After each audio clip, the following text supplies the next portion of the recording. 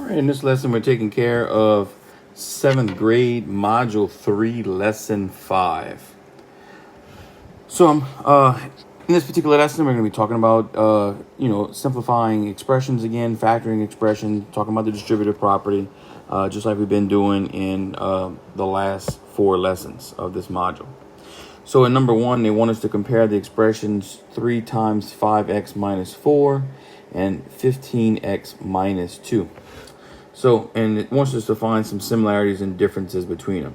So the differences that I can see is, if we can recall from 6th grade, when we have the parentheses, this is called factored form. And when you have it all expanded out, this is called expanded form. So that's some differences. But a similarity would be if we take 3 times 5x minus 4, and I left my pen at school, so I'm going to go ahead and write this rest of this lesson with my finger. My little cheap pen that I have here at home, they ain't working that great. If we go ahead and distribute, 3 times 5x is going to give us 15x. We can leave that minus sign for now, and that is 3 times 4 is going to give us 12. So you can see that these two expressions are equivalent. That's a similarity between them right there. So getting into today's lesson, we're going to be using tabular models like we used a couple of lessons ago to help us out. And this is a review of how we use a tabular model.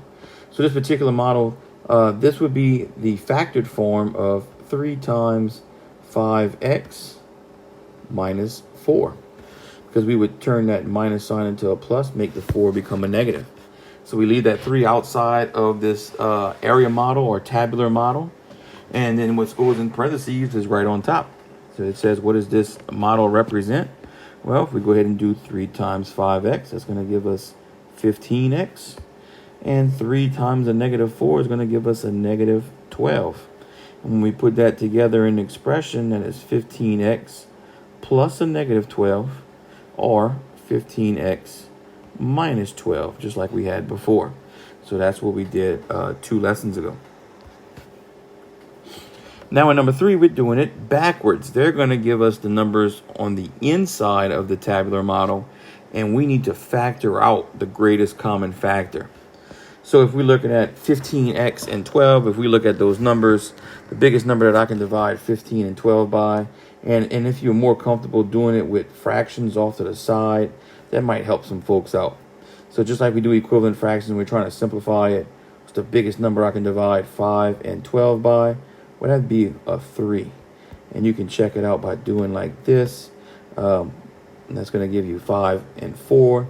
So we can't simplify that anymore. So we know that 3 is our biggest number. So I'm going to go ahead and put my 3 right here. Now, if we do 15x divided by 3, that's going to leave us with 5x's. And if we do negative 12 divided by 3, that's going to leave us with a negative 4. Because a negative divided by a positive is always a negative. So what expression would that represent? That would represent 3 times 5x plus negative 4, or 3 times 5x minus 4. So it's telling us to use the tabular model to represent the equivalent expression for 3 times 5x minus 4. Well, we've got it right here. This expression, 15x minus 12, is the same exact thing as 3 times 5x minus 4, just like we had in the first problem. So now going into number 4, they want us to go ahead and work this problem out, factor the expression, and organize our work with the tabular model. So the tabular model is just keeping our work organized. So we're going to go ahead and see what number can we divide by 27 and 81, the biggest number that we can do with that, and get our number right. So I'm going to go ahead and use a fraction, not worry about the x and not worry about the negative sign. So I'm going to write it like a fraction. Now both of these numbers are multiples of 9. So I'm going to go ahead and see if 9 is the biggest number. So 27 divided by 9 is 3, and 81 divided by 9 is 9. So as you can see here, it is not the biggest number. I can do a bigger number than that because 3 over 9 can still be simplified. I can divide both of these numbers by 3, which is why I use equivalent fractions and simplifying fractions to help me out. This would give me 1/3. So how do I know what's the biggest number? I take the number that I did here and the number I did here and multiply them together, and that gives me my greatest common factor. My greatest common factor is 27. So if I take 27x and divide it by 27, that leaves me with 1x. And if I do 27 divided by 81, you can see that 27 times 3 is going to give me 81. So if I do negative 81 divided by 27, that's going to give me a negative 3. So 27x minus 81 is the same thing as equivalent to 27 times x minus 3, or 27 times x plus negative 3. Either way you want to write it, they're both the same thing. So moving on to number 5, we have problems 5, 6, and 7 that you can go ahead and work through. So I want you to go ahead and pause the video here, work problems 5, 6, and 7, and then come back so that you can see if you did all of this correctly. So go ahead and pause the video now.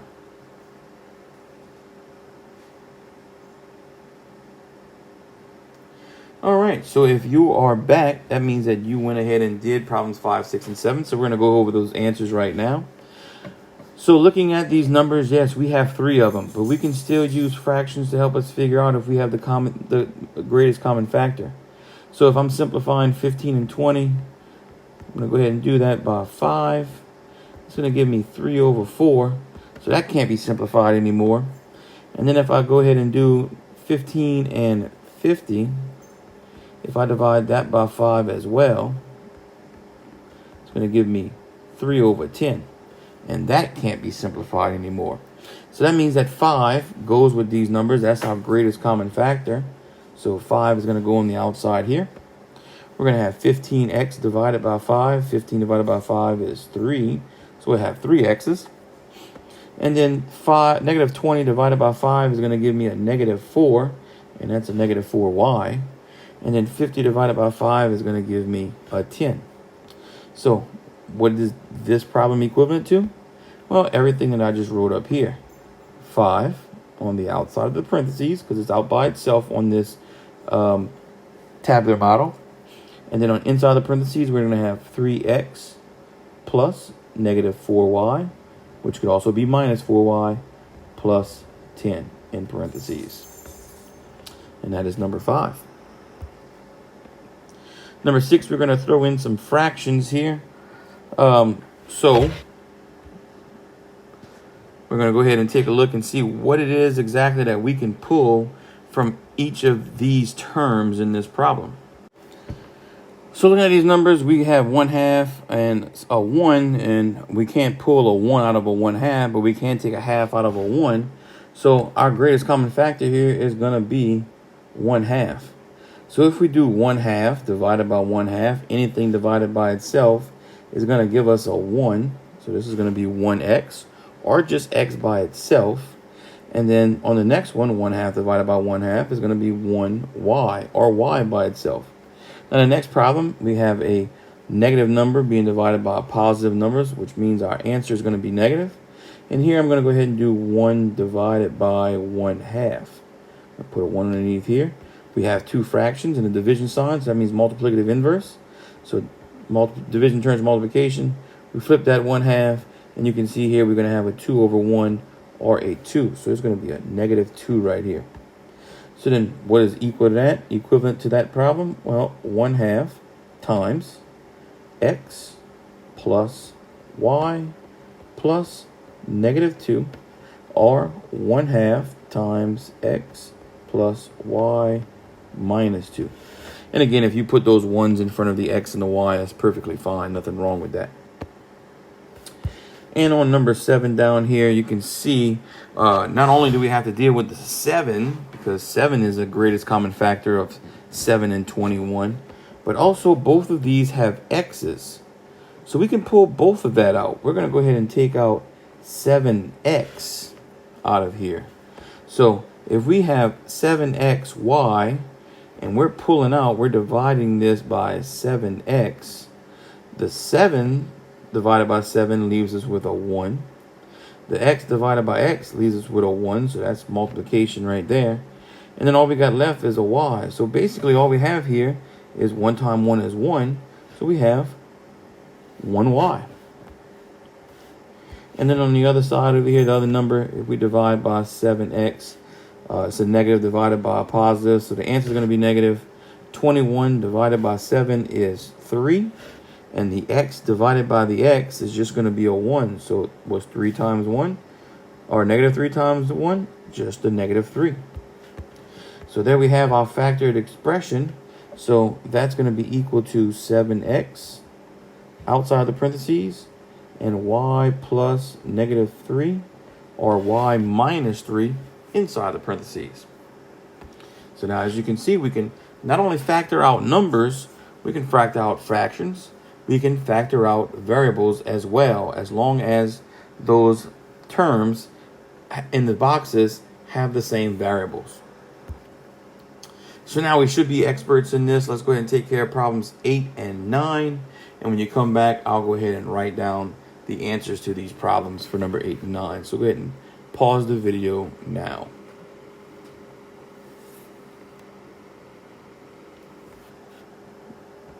Okay. So if you replay the video, problems 8 and 9 you've got taken care of already. And if you use the tabular model, that is amazing. It helps you keep your information organized and be able to see easily what you need to do. So if you did that and you worked on the tabular model, you should have the answer where you taken out the greatest common factor, which is 14x. 14x is what we're looking to take out. You more than likely turned your minus sign into a plus, which made this a negative 42. When you did 14xy divided by 14x, you took that 14x out, which just left you with a y, plus 42 divided by 14 is going to give you a negative 3, because the 42 is negative divided by a positive, and then that x would take the other x out, making it a 1. So our answer is here, 14x times y plus negative 3, or 14x times y minus 3. Now, number 9, it came up with a decimal, so you kind of had to figure out what that decimal is. But it's going to be the decimal that's the smallest one here, 2.4. So we're going to take out that 2.4 and factor it out of all the rest of these problems. So 2.4x divided by 2.4 is just going to leave you with x. This is going to become a positive and a negative here. 4.8 divided by 2.4 is going to give you a negative 2, and that's going to be a negative 2y. So you can't forget that variable there, like we did on our exit tickets yesterday. We were forgetting our variables and not doing all of the steps properly. Which, if you're in my class right now, I don't know if you have an alternate, went to alternates, or if you have a sub. But if you have a sub, your exit tickets are stapled on my desk from yesterday's lesson, which you can go ahead and take a look at, lesson 4's exit tickets. And then our last one right here, we're going to go ahead and put our plus, and 24 divided by 2.4 is going to give us the number 10. So there's our factored form right here. And again, as usual, with that negative 2y, you could just write it as minus 2y.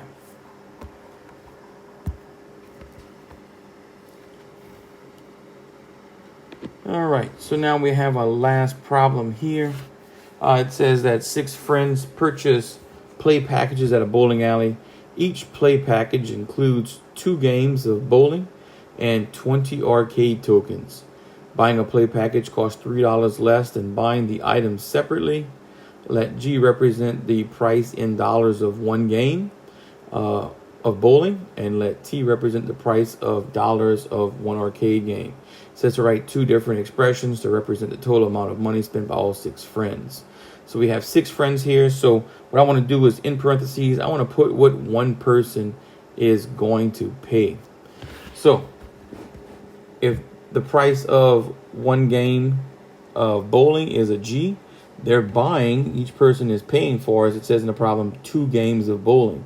So that is going to be 2G is what one person's paying. They're paying for 2 games of bowling. Plus, they're paying for 20 arcade tokens, whatever arcade tokens cost. And because they are buying this particular package, it's going to cost $3 less. That is for one person. How many people do we have here? We have 6. So we're going to take that one person's price and multiply it times 6. Now, they want us to write 2 different expressions. That's no problem. This is in factored form, so I'm going to go ahead and distribute that 6.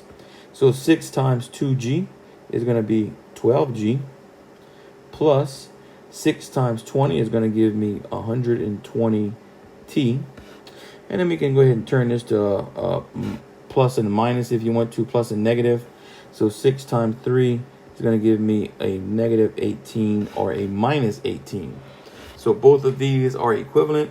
This one, the first one, shows us what one person does in parentheses. And then the last one right here is just all 6 friends all grouped together. 12 games of bowling, 120 tokens. And because they're all getting the package, they get $18 taken off the total price. So that finishes up our lesson. So we can go ahead and take a look at the practice. We can go ahead and do the practice from number 1, which is on page 61, all the way to number 11. So numbers 1 through 7 give you the tabular model, and then numbers 8 through 11 just allow you to do it however you feel like doing. If you want to just use division and think about it in your head, but again, I would suggest using the tabular model to help you out and keep your information organized. Once you finish, if you want to go ahead and compare answers to people in class, if you are if you have a sub, but if you are in alternates, you can just save this work until we come back after Thanksgiving break, and we'll go over it before we do our last lesson. So I want everybody to have a happy Thanksgiving. Be safe this week and take it easy. Have a good time and be fun. Have a fun time enjoying it with family if you're having some type of get together like I am. Have a good time. See you guys in a week.